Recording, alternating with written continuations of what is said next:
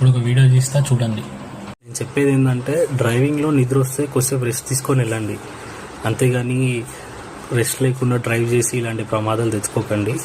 ఇంకోటి ఏంటంటే సింగిల్ రోడ్స్లో స్పీడ్కి వెళ్ళకండి, వీలైనంత స్లోగా వెళ్ళడానికి ట్రై చేయండి. చూసారు కదా వీడియో.